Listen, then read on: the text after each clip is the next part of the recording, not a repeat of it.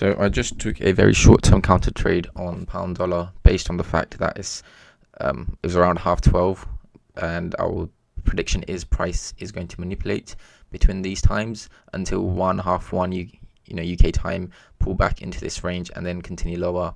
Also the fact that we are so deep into this range, below essentially the final swing low on the 240 time frame, and price came and tapped into that fair value gaps 50% first, held, and then it provided a entry target pattern on the lower time frame.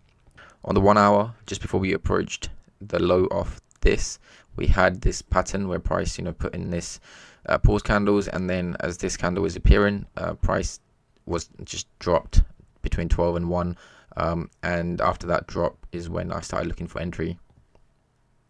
And the main reason for entry is a channel pattern forming. We've got RSI diverging from this level, coming into the high time frame POI, comes into that level, consolidates essentially your accumulation, and this is a manipulation just before the intended manipulation that happens between 12:1, half 1 UK time. So ideally I do expect price to come up, close above this high, and then provide some entry to go short. And I entered right here. Initially my first entry was at the low of this candle. I got stopped out, and then I re-entered as I saw the drop right here, where price, again similar to the 1 hour time frame, consolidate, and then it dropped. We had a small consolidation, and then price tanked, and after it tanked, that was an opportunity for me to go long, because I do predict, like I said, price to find some resistance, either close above these highs or maybe close above some of these highs to trap all the buyers to go long, when in reality it's planning to go lower.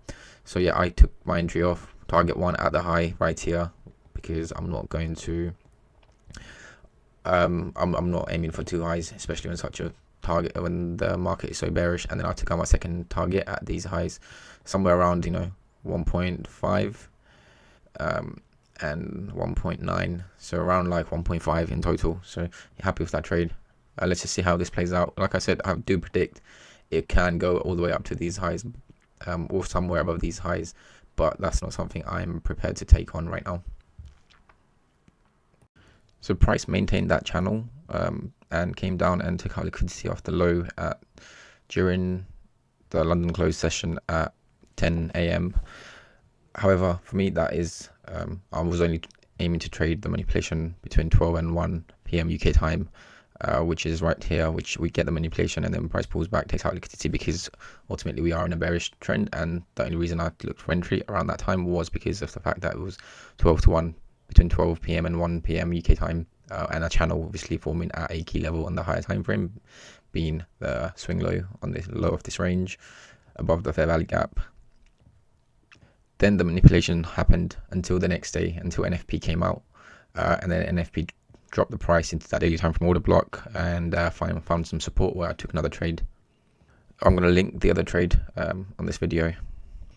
And also I didn't want to hold the trade for too long because of the fact that we had unemployment claims news coming out on Thursday, and also we had another PMI at 3 PM. So ideally I wanted this trade to be a quick in and out, just because of the way price approached my entry with this pause prerequisite to a bearish engulfing candle, or bullish engulfing candle, and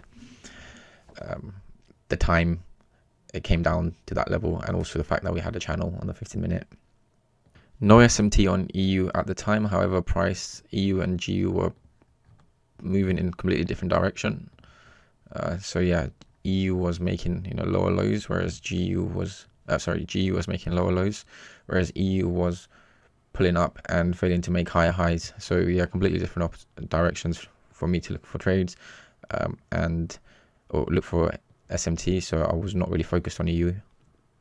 On the 1 hour, we held this multiple times. So this is where I entered between 7 and 8, and price consolidated, pulled back, and then again at 3 PM held that level, 3 PM UK time, 10 AM US time, and then continued its journey up before NFP until NFP, and then tanked during NFP. So this was just classic manipulation during NFP on a bearish trend.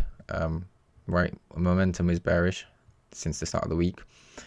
Just before NFP, price starts to pull up just to get liquidity, so it can trap all these buyers and then drop during NFP and then take out all the sellers from this low. So and now it's consolidating, pulling back up. So I don't really have much prediction going for next until we see more confirmation on Monday and Tuesday.